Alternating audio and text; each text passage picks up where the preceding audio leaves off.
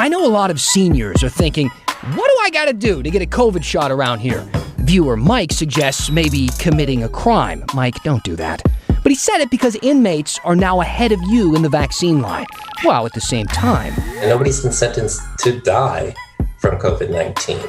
And we've heard Oregon Representative Diego Hernandez defend himself against workplace harassment charges, and some of his colleagues back him up. But now, one of his accusers has something to say. He's recently said that dating when you're young is hard. No other dating experience I have had led me to hide in my closet. And hey, guess what?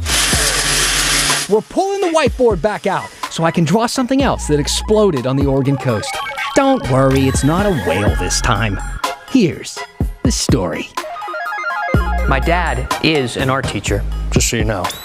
Hi, I'm Dan Haggerty. Welcome to the story. All the ways to communicate with us at the bottom of your screen. Use that hashtag HeyDan. Reach out to us on email at thestory@kgw.com. Look me up on Facebook. You could just Google Dan Haggerty, and anybody who doesn't have a beard is probably me. Meanwhile, let's get right to the big story tonight. And the big story is in the big house, as Oregon's prisoners do not pass go, do not collect $200, but do go directly to the front of the vaccine line. After a federal judge put inmates in Phase 1A Group 2. That's with nursing homes. That's ahead of teachers. That's ahead of seniors who are supposed to start getting the vaccine next week. Now, a lot of people were kind of shocked by this ruling, like Kathy, for instance. She wrote in and said, I've lived in Oregon with great pride all of my 72 years of life. That is, until now. But despite what she is saying there, the development here isn't exactly a big surprise. You know, we discussed this debate last week when I showed you a letter I got from an inmate at Coffee Creek Correctional Facility and sketches of inmates en masse. The woman who wrote me was pleading for help, and her points were echoed in the lawsuit. You have to understand, 1 in 4 inmates in our state has tested positive for COVID-19. More than 40 people have died. And in our prisons, social distancing isn't exactly a thing. They're not really built with personal space in mind. When U.S. Magistrate Judge Stacey Beckerman wrote her opinion, she said that the state officials have prioritized residents in other types of congregate care settings, places like nursing homes, but they bypassed inmates despite widespread outbreaks in prisons. But some of our viewers, who aren't judges, disagreed, and they didn't like my reporting on all of this. Odette said, is news reporting supposed to stir up the populace? And Belinda said, this is bull, and hearing you stand up for this was heartbreaking. Listen, don't shoot the messenger. Though, if you did, you'd probably get the vaccine sooner. That's a joke. I'm joking, but the joke was intentional because a lot of you just said, exactly. And that's not the way to think about this. And that's not coming from me. It's coming from our Constitution and the attorney who filed this lawsuit, Juan Chavez. What would be your reaction to some people who are not going to be happy with this ruling?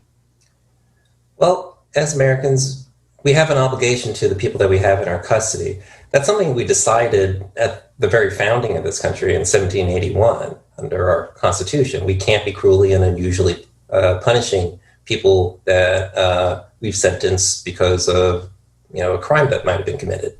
So nobody has been sentenced to get the kind of lung scarring or heart scarring that you get from COVID-19. Nobody's been sentenced to have the horrible side effects that linger on for months from COVID-19, and nobody's been sentenced to die from COVID-19.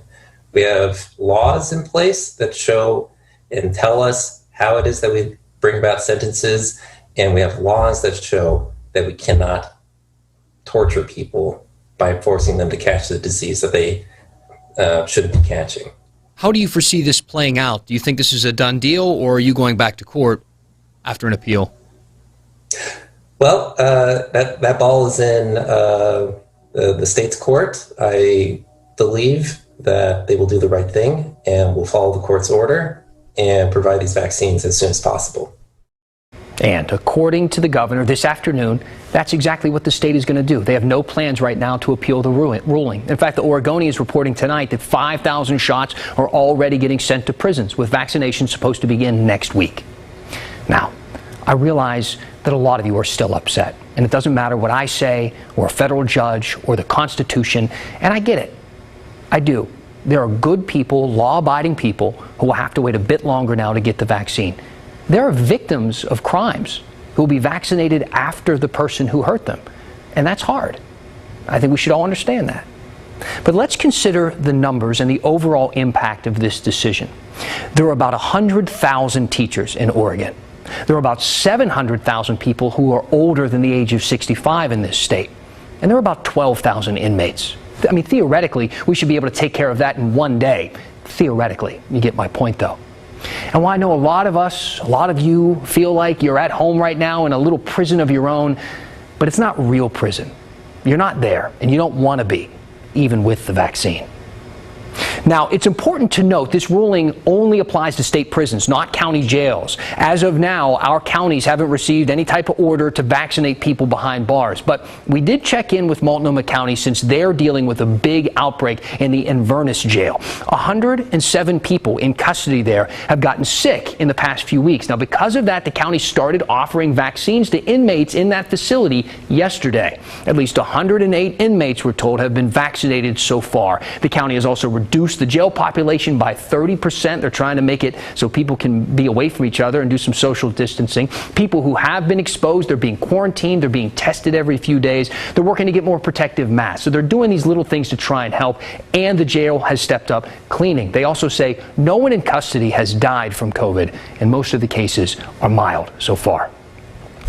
All right, so let's do our little daily check-in here of the numbers in Oregon and see how we're doing overall with the vaccine. As of this afternoon, more than 361,000 people have gotten at least their first dose. Some of them have gotten their second dose. That number represents how many people have gotten their first. And it works out to be about 8.5% of Oregon's population with at least one dose in their arm. We do want to check in with Washington as well. There, nearly 594,000 people have gotten at least their first dose, which is a little less than 8% of that state's population in Washington, and we need to get to at least 75% vaccinated for herd immunity to work. So we've got a way to go.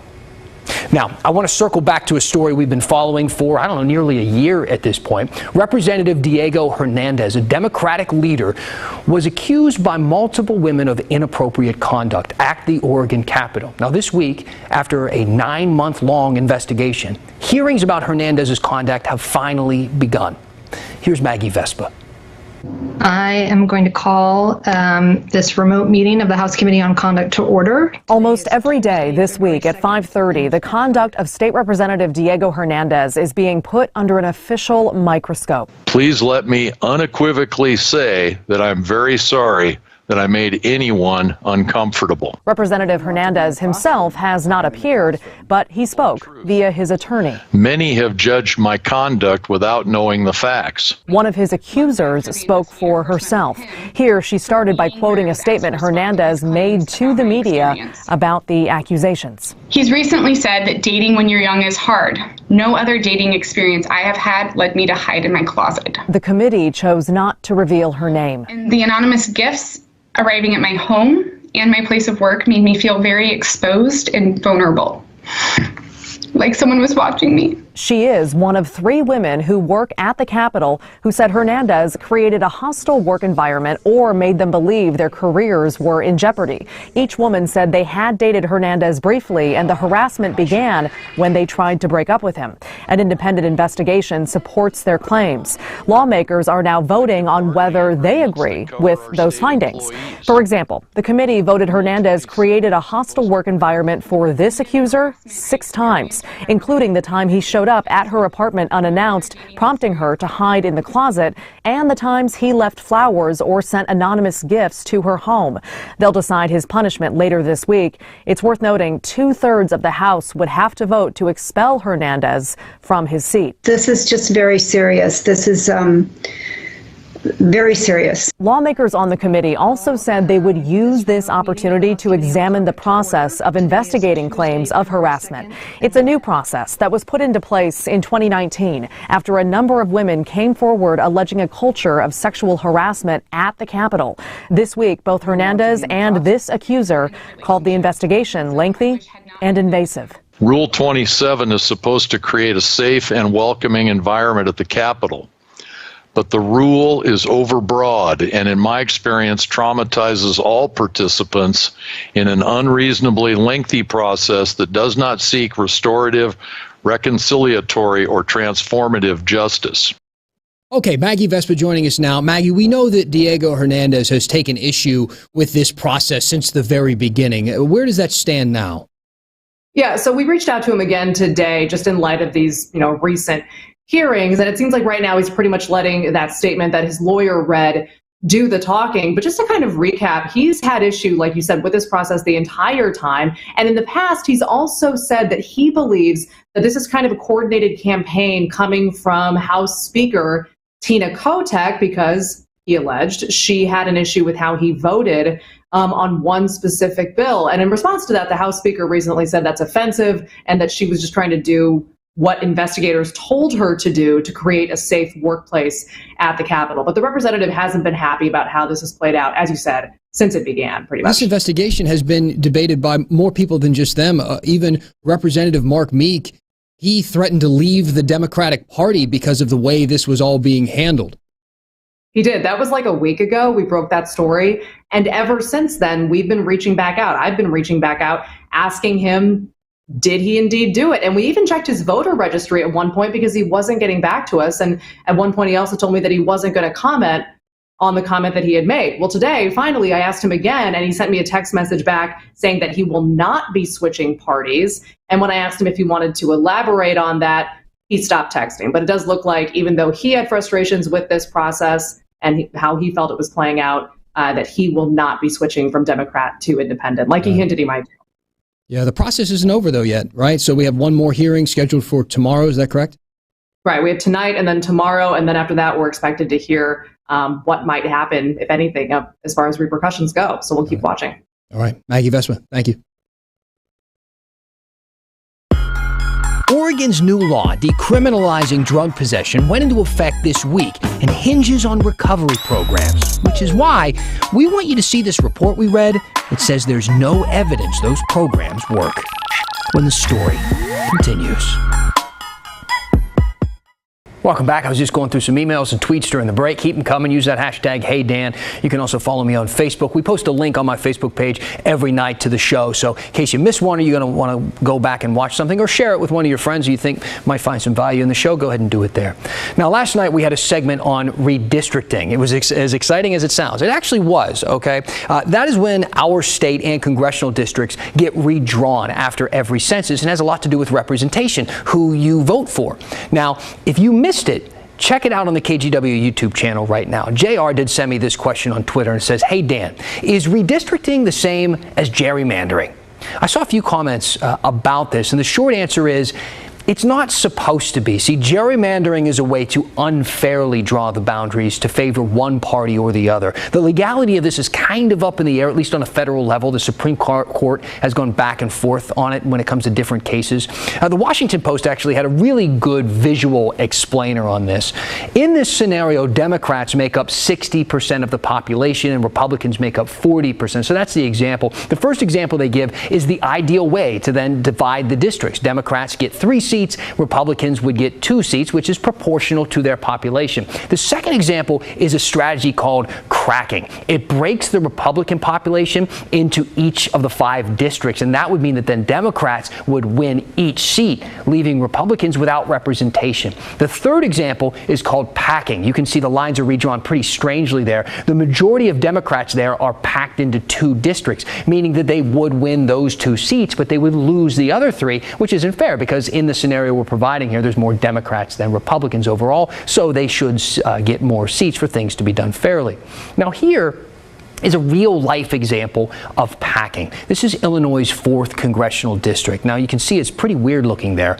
The lines were drawn around mostly Latino neighborhoods in the Chicago area, which packs that population into a single district. Here's another example. This one from North Carolina. This is what the state's 12th congressional district used to look like. Also really strange looking. It kind of follows the highways there and connected some of the big cities. The lines were drawn around areas where mostly black people lived. Again, packing them all into one district. This got challenged specifically in the Supreme Court and eventually got redrawn.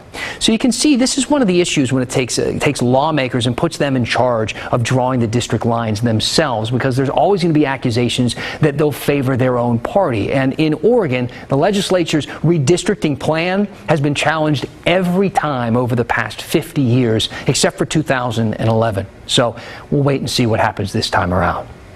Speaking of politics, which I love to do, I know the election seems like, forever ago. A lot has happened since then, like a lot. But you probably remember Oregon voters passed Measure 110, right? That was a big one. It decriminalizes small amounts of drug possession and directs people to treatment services instead of jail or prison.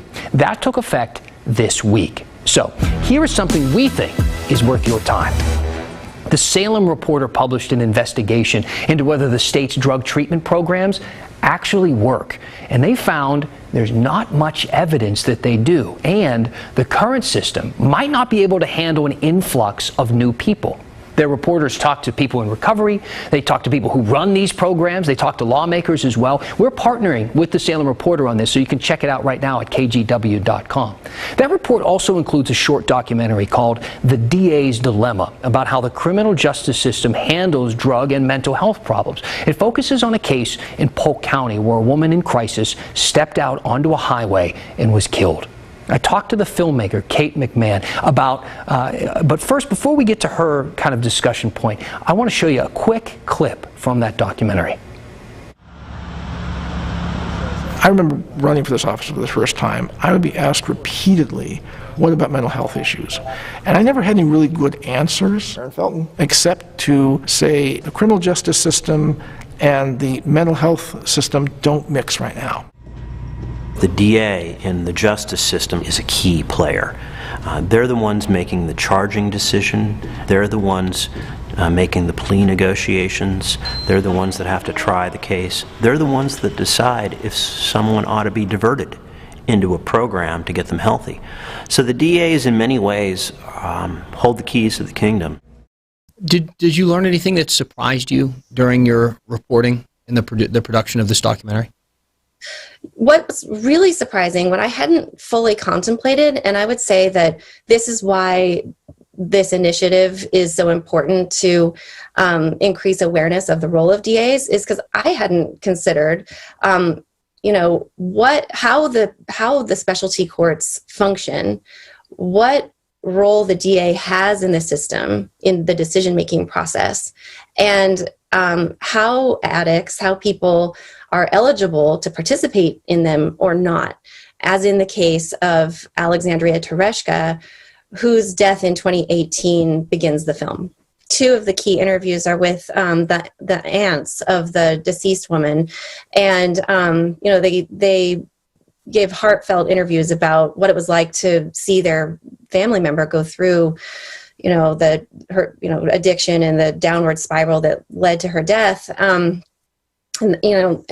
they didn't have the means to spend, to send her to rehab, a private residential rehab for 9 months. Alexandria was in and out of casework and treatment programs, and nothing stuck, and she needed something more rigorous. And this is kind of why, actually, it's the reason why we call the title of the film The DA's Dilemma, is because the DA's job is to, first and foremost, ensure public safety, and through, the tools he has in criminal justice to do so. And so if you're a DA, you don't want drug addicts committing crimes against people in your community. So on the one hand, you don't want people to be stealing cars. You don't want people to be breaking into homes or mugging people.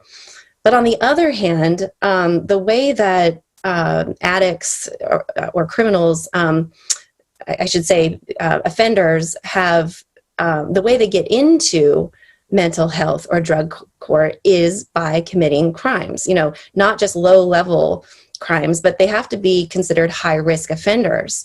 And so it's kind of a dilemma there, because that's how you become eligible.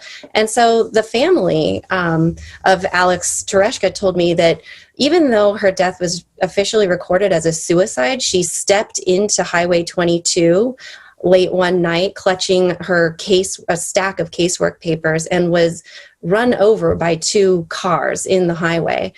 And it was recorded as a suicide. Her family says that they actually think it was a call for help, and it was her way of trying to get into mental health court. We'll never know. Now, if you or someone you know is in crisis, the National Suicide Prevention Hotline is available 24 hours a day.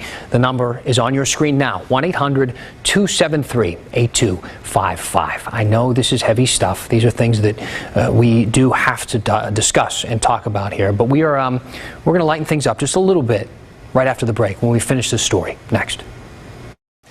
Welcome back. We love when you send us in suggestions to look around in the KGW vault. We go down, we dig through our archives, and we try to find things from our past. It's a lot of fun. Elaine sent me this one. It was an idea for February. She said, in February, it's time for a segment about the new Carissa, the ship that ran aground on the Oregon coast in 1999 and wouldn't die. They tried to sink it 3 times, finally bringing in the U.S. Navy to literally bomb it.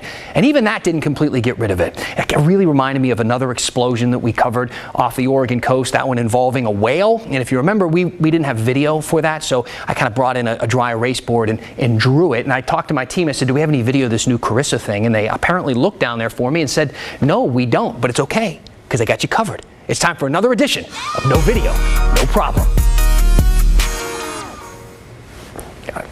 One second.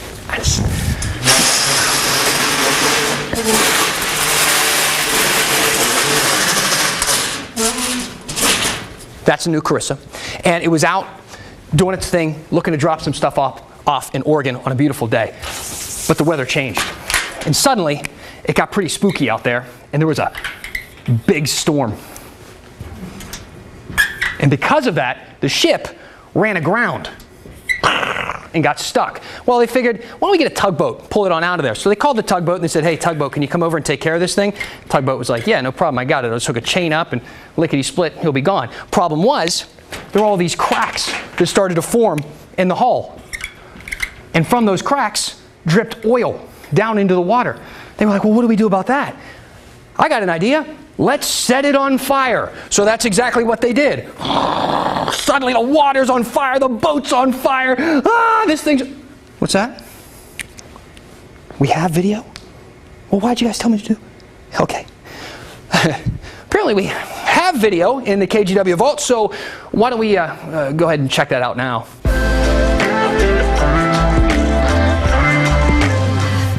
Okay, there we go. Yeah, big explosion, big fire, and the fire did help get rid of the oil, but it also broke the ship in half, as fire tends to do.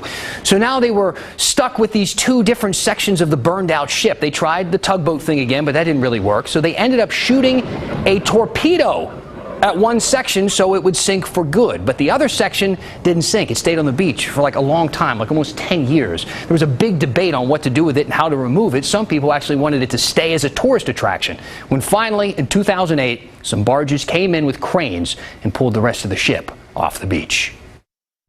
Really glad that my team could find that footage right in the middle of that report. Thanks. Kurt Van Vlack wrote in and said, have you been vaccinated? To me, no, I have not. But when it is my turn, I will be right in line with everybody else who wants it. Mike wrote in, we featured him in the kind of the open to the show where he wrote in and said that he'd be willing to commit a crime in order to get the vaccine now that prisoners were being put into the priority. And he wrote us back tonight and said, hey, Dan, to follow up, I'm not going to break any laws to get a shot. That's good to hear, Mike. Nice idea. Speaking of that, I've been referring to the county jail in Multnomah County, which is Inverness. So here's the deal. Last night I called it Inverness. Somebody wrote me in and said it's Inverness. So tonight I said it's Inverness, and then somebody tonight wrote me and said, Dan, it's Inverness. Can someone help me out? Somebody who works there maybe? Somebody, I don't know, who founded the place? How do you say this? Laurel, do you know? If Laurel doesn't know, no one knows. That's the story for tonight. I'm Dan Haggerty. Thank you for being with us. We'll see you back here tomorrow. Laurel in the news at 6:30 is next.